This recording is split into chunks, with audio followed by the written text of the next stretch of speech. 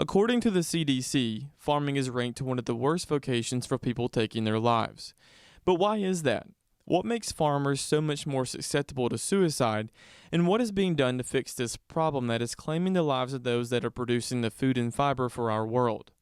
To help answer those questions, I recently sat down with Jennifer Dunn with the Georgia Department of Behavioral Health and Developmental Disabilities. Farmers particularly, they're entrepreneurs. They're very successful. They're used to doing things for and by themselves.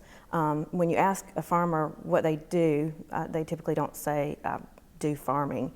They are farmers. They're a part of their existence. It's part of their livelihood, and particularly those individuals that farm, they are used to doing things that are in their control. However, there are often things out of their control, like hurricanes, commodity prices, droughts, pests, and the list goes on and on. Those are things that are outside of their control and can be really, really stressful. And so as a result, that might be a little bit harder for them because they're used to being able to do things for and by themselves. And if they are needing to seek help from somebody else, that's just not something that they're used to doing because they do everything. They do the books, they do the manual work, they do top to bottom. So that might make it a little more difficult. And that's where the Department of Behavioral Health and Developmental Disabilities comes in.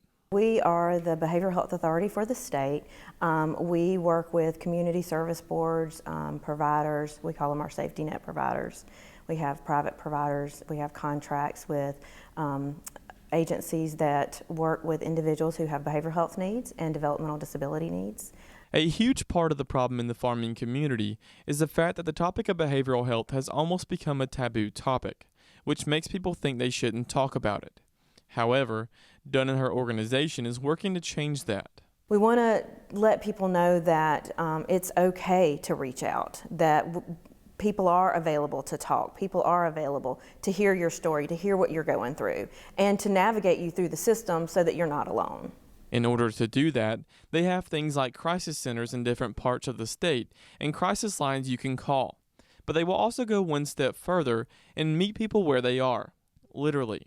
And it's typically people that can actually relate to what someone may be feeling. We have a lot of people that have thoughts, people that are suffering, people that are sad, people that might need assistance. And we have resources, so we want to connect them with the resources. We also have a lot of people with lived experience that are in a life of recovery. And so those individuals typically can be very, very helpful. We hire a lot of those people. Sometimes they go on to pursue educationally and come into our field, and we hire them as, even if they don't, so that they can be kind of personalize the story with that person. They can relate to them in a way that somebody who hasn't experienced it can relate to them. Reporting in Thomasville for the Farm Monitor, I'm John Holcomb.